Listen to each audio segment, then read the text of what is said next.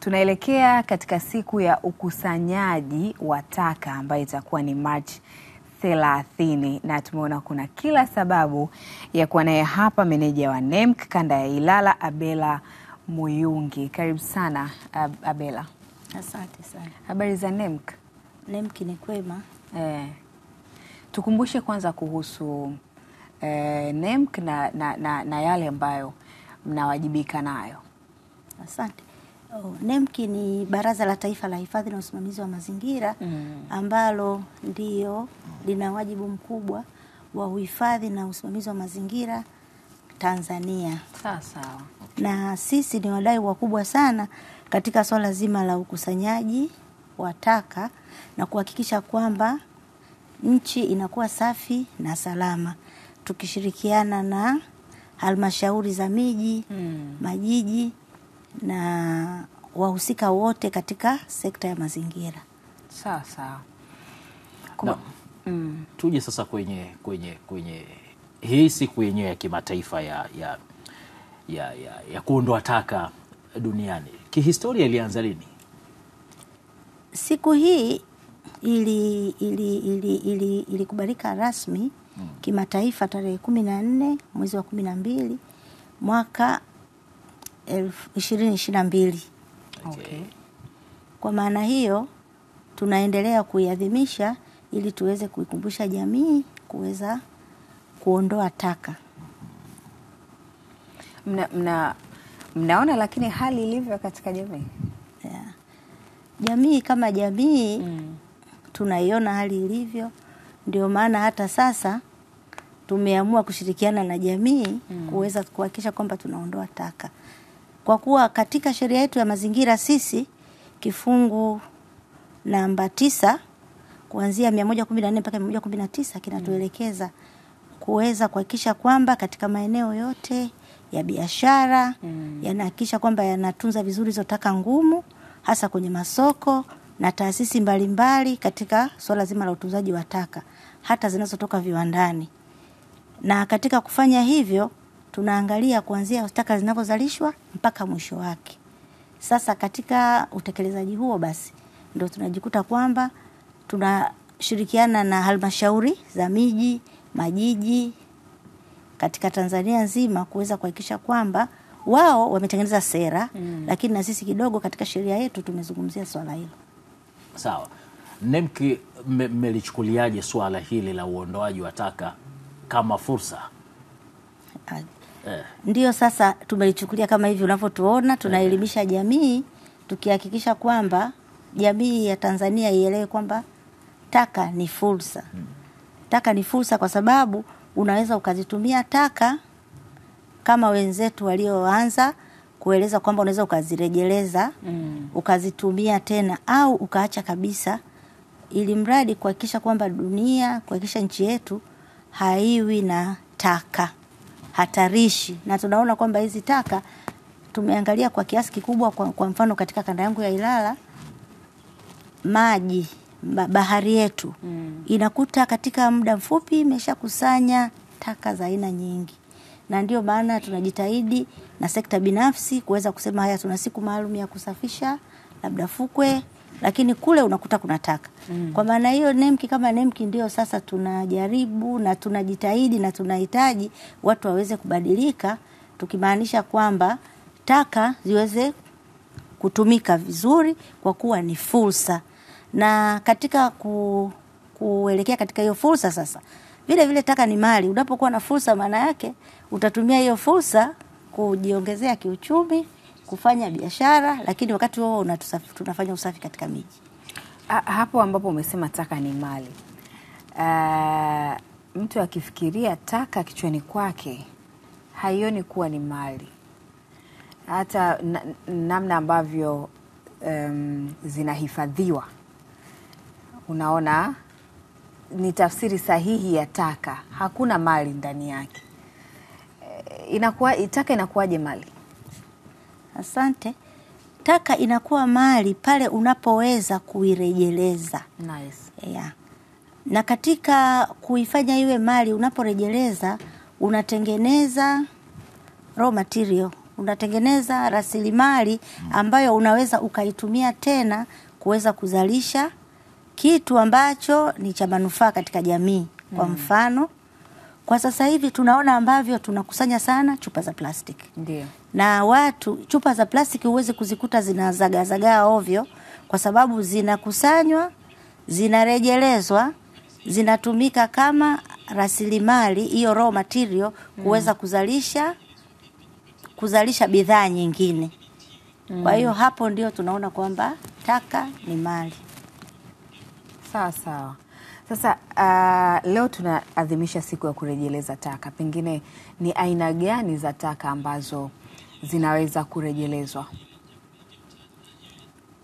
Ya, tunaporejeleza aina za taka zinavyorejelezwa ni kwamba kadri tunavyokuwa na matumizi. Kwa mfano, kuna taka za vyuma chakavu. Vyuma chakavu vinakusanywa, vinapelekwa viwandani, vinatumika tena kutengeneza nondo au mabati. Sawa sawa. Kwa hiyo au zile chupa za plastiki kama nilivyosema, zinatengeneza raw materials hiyo kuweza kutengeneza kitu kingine. Kwa mfano, inatengenezwa ndoo hizi, inatengenezwa kadhalika. Lakini pia tunaangalia kwa mfano karatasi. Tunapokuwa na karatasi, tunaweza tukatengeneza mikaa inaitwa briquettes, ambayo inaweza ikatumika kupikia. Sawa sawa. Kwa hiyo ndio mifano tu michache ambayo tunaweza kusema kwamba tunarejeleza. Na ni fursa sasa. Hapo ndio tunaipata fursa, kwa sababu tukifanya hivyo tutaweza kuuza, tutaweza kupata masoko na tutaweza kujiinua kiuchumi. Lakini kwanzia ambaye anazikusanya zile taka inakuwa ni fursa Anapata kwa. hela kidogo. Hii elimu ipo kwa kiasi gani katika jamii mpaka hivi sasa? Yeah. Kwa kuwa elimu ni kitu ambacho ni endelevu. Na tunaangalia kwamba kwa swala la taka ni tangu hiyo 2020 ambavyo jumuiya ya kimataifa iliweza kusema kwamba hiyo ni siku ya kimataifa ya kuondoa taka duniani. Sisi kama nchi pia tumetaka kuweza kutoa hiyo elimu na kuhakikisha tunafikisha hiyo elimu kwa jamii, na jamii imepokea, kwa sababu hata sasa kuna vikundi mbalimbali ambavyo vinafanya hizi shughuli za kukusanya taka kuifanya fursa. Kabisa. Kwa mfano, wanakusanya hizi, ndio nilikuwa nimeongea pale mwanzo kwamba wanakusanya hivi vyuma chakavu, wanavipeleka kwenye viwanda vinavyozalisha nondo, mabati. Kwa mfano, watu wanakusanya chupa, wanapeleka kwenye viwanda ambavyo vinarejeleza hizo chupa kuweza kutengeneza rasilimali, kutengeneza raw materials ambazo zinaweza zikatumika kufanya kitu kingine. Kwa hiyo kidogo, sio kidogo, nafikiri ni sana. Huwezi kukuta vyuma vinazagaa mitaani, huwezi kukuta chupa zinazagaa mitaani. Kwa hiyo sasa kuna swala ambalo mmelifanyia kazi kwa kiasi kikubwa sana. Pengine sasa hivi hali ikoje? Na hapa nagusia mifuko ya plastiki. Asante. Mifuko ya plastiki kwa hali ya sasa sio mbaya sana, kwa sababu tangu tumeanza kutoa elimu juu ya mifuko ya plastiki, viwanda vimeelekezwa kubadilisha uzalishaji wa hiyo mifuko ya plastiki. Na tunajitahidi zaidi kuzungumzia mifuko mbadala ambayo sasa ndio hiyo tunayofikia kwenye kusema kutumia tena. Kutumia tena na tena, kureuse. Kwa hiyo tunafua au bidhaa tunayotumia kutengeneza hiyo mifuko zinaoza labda na kutengeneza mbolea. Sasa Kwa maana hiyo elimu ipo na inaendelea, na tunaendelea kutoa elimu kuanzia ngazi ya chini mpaka ngazi ya juu, na tunajua kwamba binadamu huwa hawabadiliki kwa siku moja, lakini kadri tunavyozidi kusonga mbele binadamu wanabadilika, kwa sababu atakuwa anaona manufaa sasa ya hicho kitu anachokifanya. Sawa. Baraza hapo kwenye mifuko ya plastiki haijapita muda mrefu sana kuanzia mtoe tamko la kuondoa ile mifuko milaini kabisa, hasa kwenye maduka na sokoni. Hili mmefanikiwa kwa kiasi gani mpaka hivi sasa? Tumefanikiwa kwa kiasi kikubwa. Kwa mfano kwa asilimia naweza nikasema tumekwenda mpaka 70%. Kwa sababu viwanda vingi vilivyokuwa vinazalisha hivyo mifuko vya plastiki ndogo ndogo vimeondoa uzalishaji wa hivyo mifuko ya plastiki, wameweka utaratibu wa kuzalisha mifuko ambayo inakubalika kwenye mazingira. Na bado tunaendelea kuelimisha ili watu waweze kubadilika, kwa sababu tabia mara nyingi haibadiliki. Kwa huku ambako tunaweza tukadhibiti, kwa mfano kukagua viwanda, kuvisimamisha viwanda vinavyozalisha mifuko ya plastiki, kuwaomba na kuhakikisha kwamba tunashirikiana na Wizara ya Viwanda na Biashara watuzalishie mifuko ambayo ni rafiki kwa mazingira. Tunafanya hivyo, na naamini hata watu wengi sasa hivi wamekuwa na tabia nzuri ya kutumia mifuko ambayo inakubalika. Ni video kidogo tu unakuta mtu kidogo, lakini kwa kiasi kikubwa wamejitahidi kubadilika tangu tulivyoanza hiyo kampeni. Sasa kuenezwa kwa elimu taka kama fursa kunaonekana sasa kutoa mwanya kwa baadhi ya watu wengine chukulia kwa hakika ile kanuni ya kutotupa taka ovyo, na pengine hata baadhi ya miji kuwa na sheria ya kupigwa faini kwa mtu ambaye ataonekana ametupa taka ovyo. Lakini mtu anaona kwamba amenunua chupa yake ya maji ya kunywa, amekunywa, ametupa tu, anasema kwamba kuna watu watakuja kuokota na watarejesha. Pengine Baraza la Taifa la Hifadhi na Usimamizi wa Mazingira hili linalisimamiaje katika kutia mkazo zaidi wa kanuni na sheria za kuhifadhi miji yetu, pamoja na kwamba taka ni fursa? Kwa kushirikiana na halmashauri za miji na manispaa mbalimbali Tanzania, wao wana hiyo sera ya urejelezaji ambayo inasaidia sana katika kutengeneza sheria ndogo ndogo ili kuweza kuhakikisha kwamba taka hazitupwi ovyo. Na kuna katika hizo sheria ndogo ndogo tumejitahidi kushirikiana nao kuweka vyombo vya kuwekea uchafu, ya kuwekea hizo taka, na bado tunaendelea kuelimisha kwamba katika kuweka hizo taka tuziweke kulingana na matumizi ambayo tunategemea baadaye kuyatumia. Na hasa kuanzia pale ambapo hiyo taka inazalishwa. Kwa maana hiyo ukiangalia kuna baadhi ya sehemu katika miji utakuta kabisa kuna maboksi matatu ambayo yamewekwa aidha kwa rangi tofauti ili kuweza kujua kwamba katika boksi hili ninaweka taka ya aina gani kabisa. Kuna vigawanyo vya aina ngapi za taka? Vigawanyo vya aina ngapi za taka kwa sasa tunasema viko vitatu ambavyo ndio tunazidi kutoa elimu katika ile eneo. Kuna ile eneo kipande ambacho unaweka na kuweza kurejeleza. Kuna kipande ambacho unaweza ukariuzi, maana yake unatumia tena. Lakini tunapenda kureduce, maana yake tunapunguza kwamba tusizalishe taka kama sio lazima. Kwa hiyo mara nyingi unakuta ziko boxes 3. Na hata sasa tunajitahidi sana kwa kuwa tunaona kwamba kwa mfano Dar es Salaam tuna masoko ambayo yanazalisha taka za aina mbalimbali. Tunafikia kwamba masoko kwa kuwa yana chakula, si ndio? Waweze kuelewa kwamba wanaweza wakatumia yale mabaki ya chakula kurejeleza kuweza kupata gesi ili waweze kupikia au kuweza kupata mbolea. Na tunaendelea sana kutaka hiyo elimu ifikie sana jamii ya Watanzania, kwa kuwa kwa mfano Dar es Salaam sasa tuna soko la kimataifa, soko la Kariakoo, ambalo tumeona sasa tuna mpango wa kulifanya ni soko la masaa 24. Nafikiri tumeshazungumza sana. Kwa maana hiyo sasa kwa masoko likiwemo hili soko la kimataifa wameweka vizimba vikubwa na vizuri sana, kwa kuwa tumewapa vyeti vyetu vya tathmini athari kwa mazingira, tumekagua, tumeona. Lakini sasa tunahitaji kuweza kurejeleza, kuwawekea sasa hizo containers 3 kubwa ambazo zitakusanya taka kulingana na kategori gani, kulingana na kifungu gani ambacho hizo taka zinaweza zikawepo.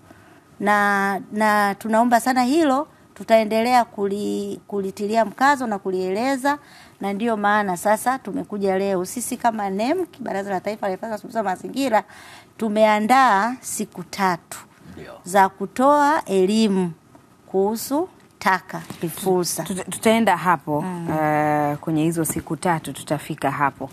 Lakini awali umetuambia kuwa mnashirikiana vyema sana na halmashauri. Pengine elimu inaweza ikafika katika jamii na watu wakahifadhi taka vizuri. Lakini ni vipi mnazisimamia halmashauri kuweza kukusanya taka kwa wakati na kukusanya pia taka katika mazingira mazuri ambayo wanatakiwa kuyaacha kwa jamii na wale wakusanya taka wenyewe? Katika wakusanyaji taka, serikali ikishirikiana na halmashauri za miji, kuna makampuni mbalimbali ambayo yanakusanya taka ambayo yanasimamiwa na halmashauri hizo. Kwa maana hiyo wao ndio wanawapa utaratibu ni kitu gani wanachopaswa kufanya ili kuweza kuhakikisha kwamba hizo taka zinakusanywa na zinafikishwa eneo husika kulingana na aina ya taka. Sawa sawa. Kwa hivyo hicho ambacho kinafanywa na halmashauri mnaridhika nacho nyie kama baraza? Tunaridhika nacho sana, kwa sababu kukosa wao labda mji wote ungekuwa haujielewi, ungekuwa ni mchafu. Tunaridhika nacho kabisa, kwa sababu na sera ya urejelezaji kwa mfano imeanzishwa kutoka kwenye halmashauri. Wakiwa wanahitaji kwamba sasa basi huo uondoaji wa taka katika jamii yetu uwe umekwisha au umepunguzwa kwa kiasi kikubwa. Japo hatuwezi kusema kwamba itakuwa ni 100%, lakini tunaamini kadri watu wanavyoweza kupata elimu, wakaona umuhimu wa kutunzaji wa taka, mwisho wa siku itakuwa ni tabia kwamba taka inapaswa zitunzweje ili nchi yetu isichafuliwe mazingira kutokana na taka. Twende kwenye hizo siku 3 ambazo mmejipanga nazo kutoa elimu kwa jamii. Asante. Tunawakaribisha sana wananchi kuweza kuja eneo la Mnazi Mmoja ambalo kuanzia tarehe 28, 29 na kilele ni tarehe 30. Tuna wadau mbalimbali wanaohusika na swala zima la ukusanyaji wa taka au kuondoa taka. Na watakuwa na uwezo wa kutoa elimu, kusema nini wanachokifanya, kuweza kupata mawasiliano nao ili popote unapokuwa aina ya taka ulionayo kuweza kujua utamfikia mtu gani ili iwe taka iweze kuwa fursa. Ni lini mtakuepo hapo kwenye viwanja vya Mnazi Mmoja? Tutakuepo kuanzia tarehe 28. Ni sisi pamoja na wadau wote tukishirikiana na mkoa wa Dar es Salaam. Kwa kuwa mkuu wa mkoa anafahamu na tumeshawasiliana naye, ameturuhusu kwenda hapo eneo la Mnazi Mmoja. Tutakuwa na wakusanyaji taka binafsi. Unajua swala la taka liko serikalini, lakini pia tuna makampuni binafsi ambayo tunashirikiana nayo katika swala zima la ukusanyaji. Kwa maana hiyo tunawakaribisha sana wananchi mje mjifunze kwamba taka ni fursa. Hata nyumbani tunapopika mabaki ya chakula ya kibaki, kwa ile fursa tunaweza tukatumia mabaki ya chakula kuweza hata kutengenezea gesi ya kupikia. Tukawa sasa tunatumia nishati safi ya kupikia kutokana na mabaki ya vyakula ambayo tunakuwa nayo. Kwa wale wafugaji pia tunaona kwamba unaweza ukatumia hiyo taka pale unapokuwa ukaweza kupata nishati safi ya kupikia, lakini ni kutokana na hizo taka ambazo ni za vyakula au mabaki yanayokuwepo kuweza kuyatumia kwa manufaa zaidi. Ndio fursa yenyewe ambayo tunawakaribisha sana mje katika ile eneo muweze kujifunza na muweze kuweza kuona kwamba taka tukizitumia vizuri tutapata manufaa. Sawa sawa. Hakika umezungumza vizuri sana. Pengine kwa kumalizia, tumegusia jambo moja tu katika utunzaji wa mazingira na ni taka. Kipi ambacho unazungumza na wananchi kwa ujumla kwenye kuhakikisha kuwa wanatunza mazingira? Asante. Kwa kuwa tunajua kwamba mazingira yetu ni uhai wetu kabisa, na ni lazima tuyatunze yaweze kututunza. Naomba jamii nzima ya Tanzania ielewe kwamba taka ni fursa na ni wajibu wetu kutunza mazingira, kuhakikisha kwamba tunajitahidi kuweka mazingira safi ili tuondokane na magonjwa. Tunajitahidi kuweka mazingira safi kuhakikisha kwamba hizi taka tunazitunza vizuri. Na hata kama tunajua kwamba mjini wakati mwingine unakuta labda watu wanaosomba taka wanachelewa, ni vizuri kuelewa kwamba swala la taka ulitoe taarifa kwa mhusika, kwa mtendaji wa mtaa, kwa mtendaji wa kata, aweze kuona kwamba jamani, ni lazima kwamba hizi taka ziwe zinachukuliwa kwa wakati muafaka ili tuweze kuishi mazingira safi na salama. Tunakushukuru sana Abela. Mko tayari baraza kuwa mamlaka? Ndio tunaelekea huko. Hiyo furaha yako tu imeonyesha kwamba mko tayari. Tuko tayari kuwa mamlaka. Na sisi pia tunatamani muwe mamlaka. Pengine mnaweza mkawa mna nguvu zaidi. Anaitwa Abela Muyungi, ni meneja wa NEMC kanda ya Ilala. Tumezungumza naye hapa mengi kuelekea tarehe 30 Machi, siku ya ukusanyaji wa taka, ikiwa leo pia tumeigusia siku ya urejelezaji wa taka, na ni muhimu zaidi kugeuza hizi taka kuwa fursa. Kama utaweza kukusanya ukapata kipato kwa kupeleka sehemu ambazo wanarejeleza taka, lakini kama unaweza kukusanya hizo taka na kuzifanya mbolea ama kuzifanya zizalishe gesi, na elimu hii wataitoa kuanzia Machi 28 katika viwanja vya Mnazi Mmoja hapa jijini Dar es Salaam. Si kwa wilaya ya Ilala peke yake, lakini ni kwa mkoa mzima, na swala hili la kulifanya taka kuwa fursa linaweza likawa ni swala la taifa, na pengine kuondosha mengi ambayo yanasababishwa na uwepo wa taka katika mazingira.